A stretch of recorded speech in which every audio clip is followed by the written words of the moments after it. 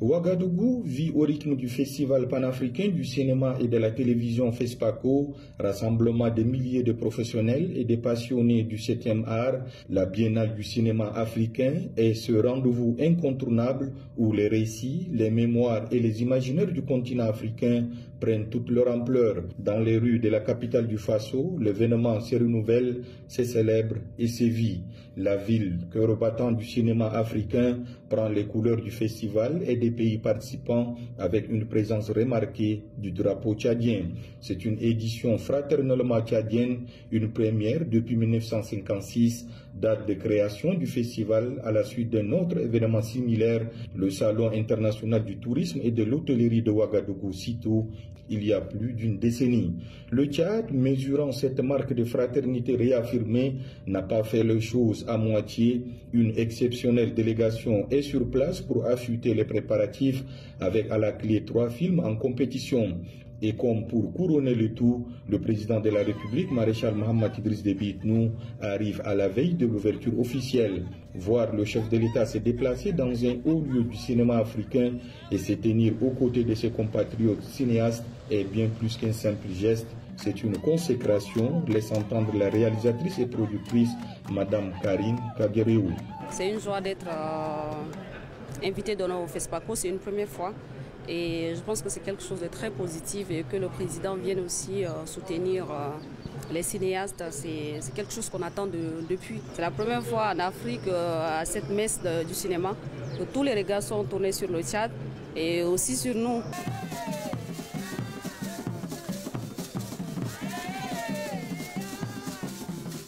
C'est peu avant 17 h que l'avion présidentiel tchadien atterrit.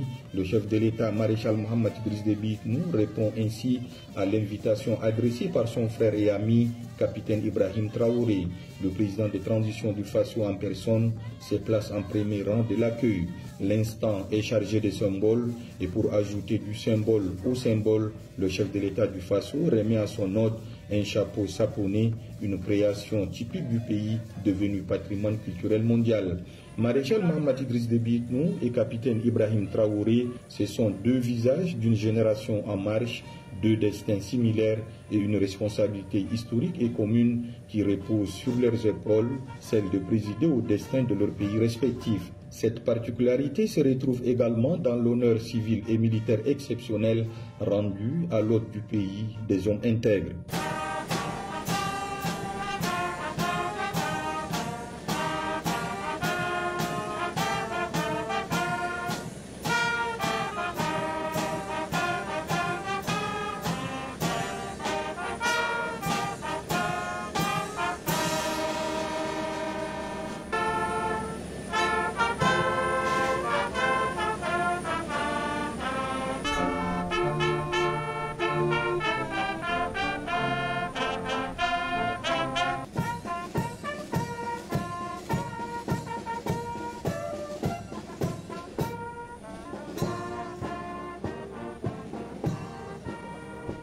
Après le passage en revue, les officiels composés des présidents des grandes institutions, des hauts responsables militaires, des ministres et chefs de grandes formations militaires ont tenu à serrer les mains du maréchal Mohamed Idriss Déby Itnou.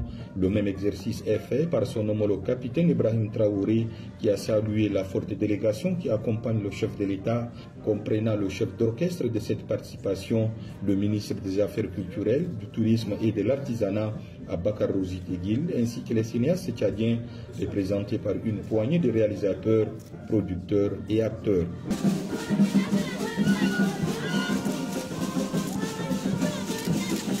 Maréchal Mohamed Idriss Déby Itnou et capitaine Ibrahim Traoré, deux chefs d'État en phase avec leur époque, se rencontrent ainsi pour la première fois. Ils ont eu un bref échange au salon présidentiel.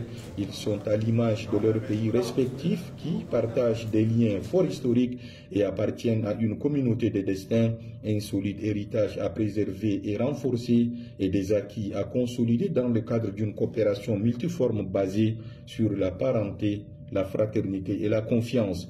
Car derrière les célébrités du cinéma et les avant-premières, FESPACO, c'est aussi une diplomatie culturelle qui s'exerce. Devenu lui-même acteur du monde culturel en signant son livre « Des Bédouins à président », Maréchal Mohamed Idriss Déby nous mesure plus que jamais l'impact de la culture dans le rayonnement de son pays. Par ce déplacement historique aux accents diplomatiques et culturels, le chef de l'État franchit une nouvelle étape en accompagnant les cinéastes tchadiens lors de ces festivals. Pour la colonie tchadienne, la fierté est double et elle s'est donné de la voix au passage du cortège présidentiel.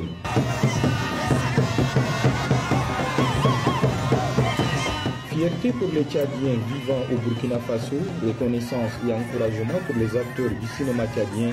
Cette visite sera gravée dans les marbres.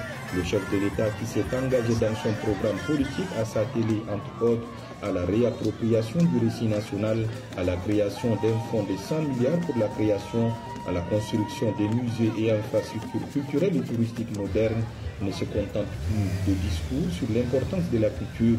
Il l'incarne, il embrasse pleinement la force du 7e art et envoie désormais un signal fort. Le Tchad écrit son histoire et le monde doit l'écouter.